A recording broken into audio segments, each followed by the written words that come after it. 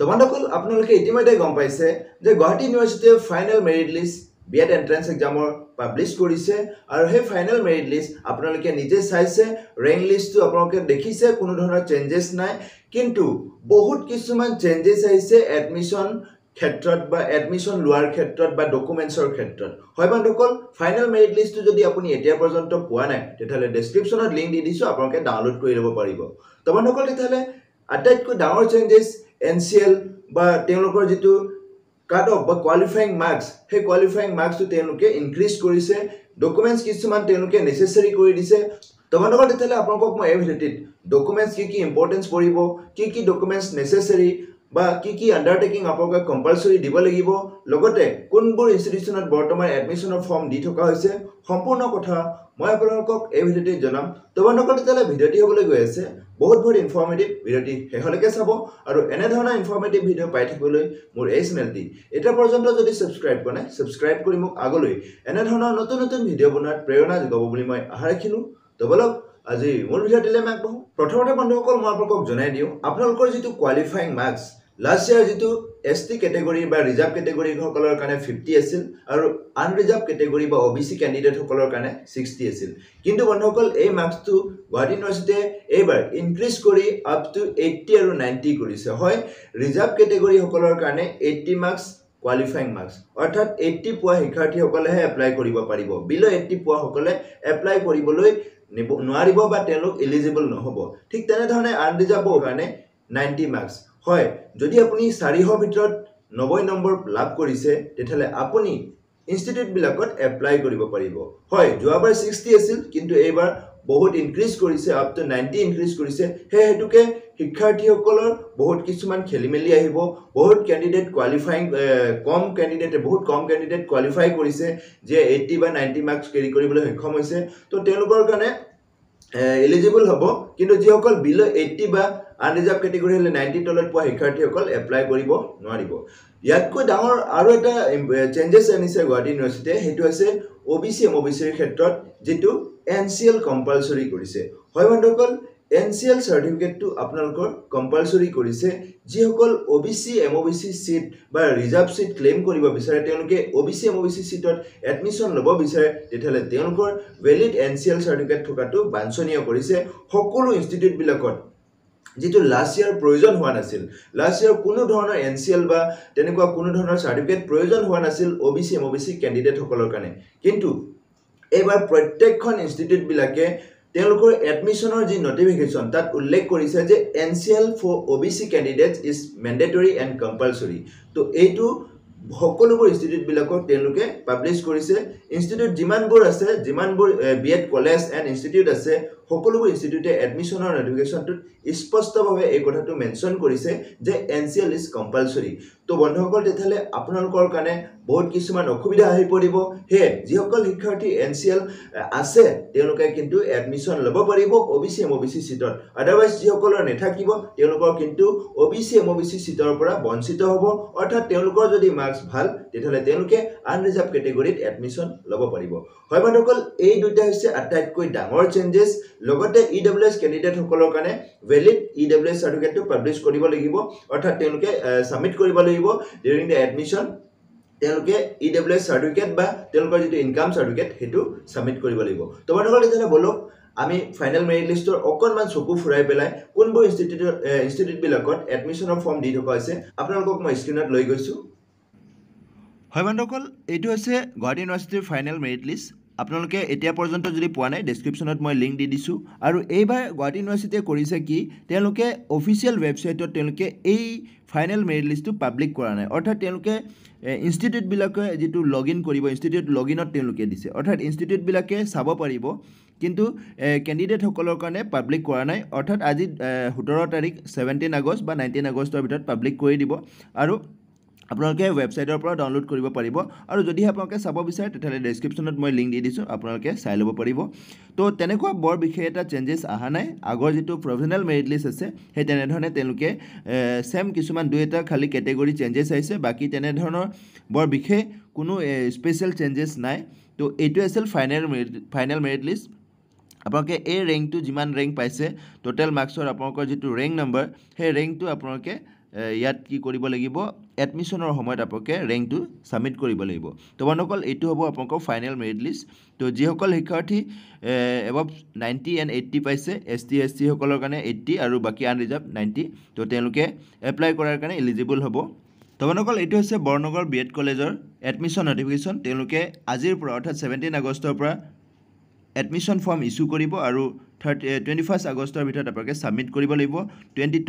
তেওঁলোকে final merit list publish কৰিব merit list publish কৰিব এডমিশন 24 তাৰিখে কণ্ডাক্ট কৰিব ইয়াত তেওঁলোকে কৈছে online merit list result sheet আপোনালোকে দিব লাগিব অৰ্থাৎ আপোনালোকৰ যেটো ফাইনেল মেৰিট লিষ্টৰ যেটো ৰিজাল্ট শিট সেই ৰিজাল্ট শিটটো আপোনালোকৰ নাম থকা শিটটো আপোনালোকে ইয়াত কি কৰিব লাগিব সংলগ্ন কৰিব লাগিব আপোনালোকৰ এডমিশন ফৰ্মৰ লগত বাকি এডমিট কাৰ্ড দিব লাগিব কেটেগৰী সাৰ্টিফিকেট দিব লাগিব মাইগ্ৰেচন সাৰ্টিফিকেট যদি প্ৰযোজ্য হয় দিব লাগিব আৰু বাকি পাসপোৰ্ট ফটো এইবোৰ দিবলৈ কৈছে তো বৰ বিশেষ তেনেকুৱা ইয়াত মেনশন কৰা নাই এডমিশন ফিৰ কথা তেওঁলোকে কৈছে 64K পৰিব এইখন ইনষ্টিটিউচনত যদি আপোনালোকে এডমিশন পায় আৰু এক্সট্ৰাকৈ আপোনালোকে 4000 rupees পে কৰিব লাগিব ফৰ দা ষ্টুডেণ্ট ইউনিয়ন ফি তো বন্ধুসকল এইটো আছিল বৰনগৰ বিএড কলেজ য'ত আপোনালোকে এপ্লাই কৰিব পাৰিব আজিৰ পৰা নেক্সট যদি আমি চাওঁ Biswanath college of education Biswanath college of এডুকেশ্যনত তেওঁলোকে কৈছে তেওঁলোকৰ যেটো এডমিশনৰ ফৰ্ম আজিৰ পৰা তেওঁলোকে ইস্যু কৰিব আপ টু 20 আগষ্টলৈকে তেওঁলোকে এডমিশন ফৰ্ম দি থাকিব অফলাইন মোডত আপোনালোকে এপ্লাই কৰিব লাগিব মেনুৱেলত ফৰ্ম আনিব লাগিব ফৰ্ম সাবমিট কৰিব লাগিব তেনেধৰণে ডকুমেন্টছৰ ক্ষেত্ৰত তেওঁলোকে কৈছে এনচিএল ক্যান্ডিডেটস অৰ্থাৎ OBC MOBCৰ কাৰণে এনচিএল সাবমিট কৰিব লাগিব বুলি কৈছে বাকি EWS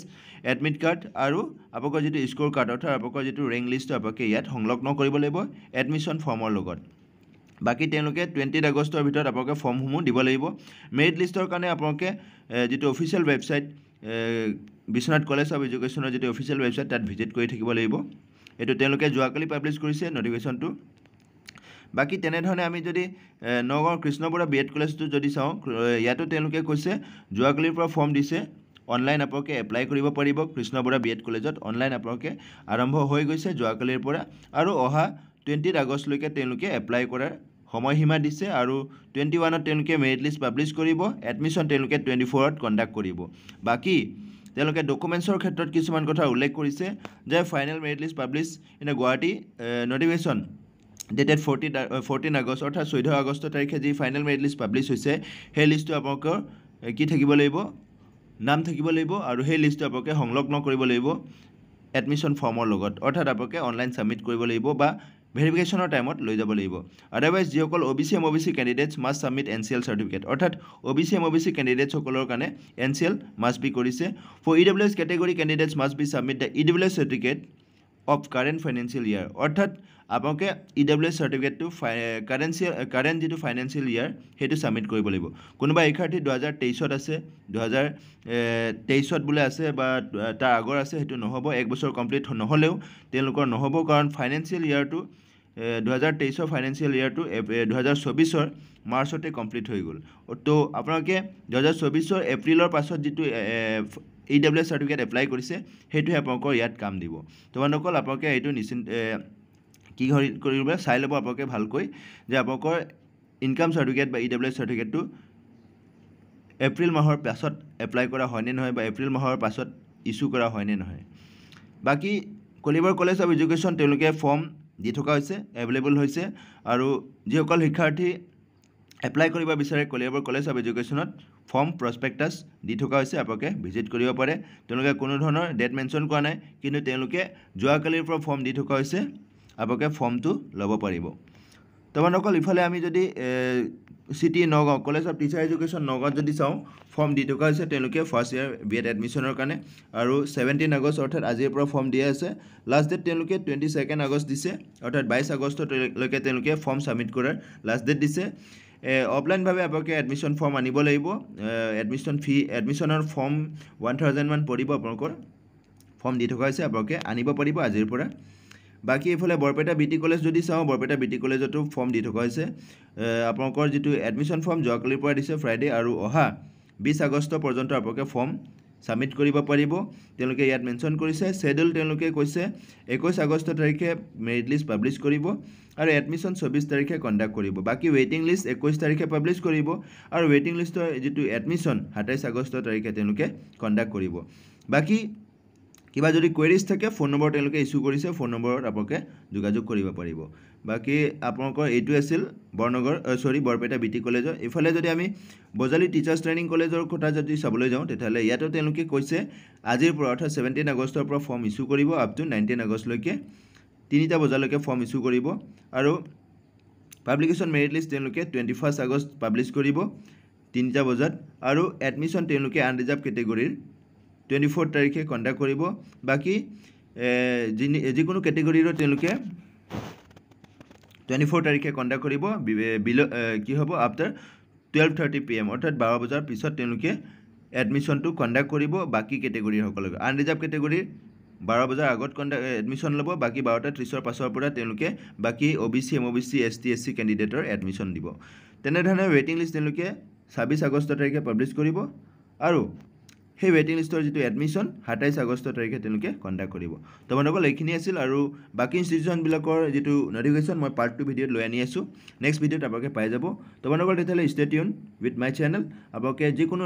নটিফিকেশ্যন পাই থাকিব তো বন্ধুসকল তেতিয়াহ'লে আজিৰ ভিডিঅ'টি ইমানেই আশা কৰিছোঁ আপোনালোকক এই ভিডিঅ'টিৰ জৰিয়তে মই কিঞ্চিত হ'লেও উপকৃত কৰিব পাৰিছোঁ তো বন্ধুসকল তেতিয়াহ'লে ভিডিঅ'টি শেষলৈকে চোৱাৰ বাবে আপোনাক অশেষ ধন্যবাদ জয় আই অসম।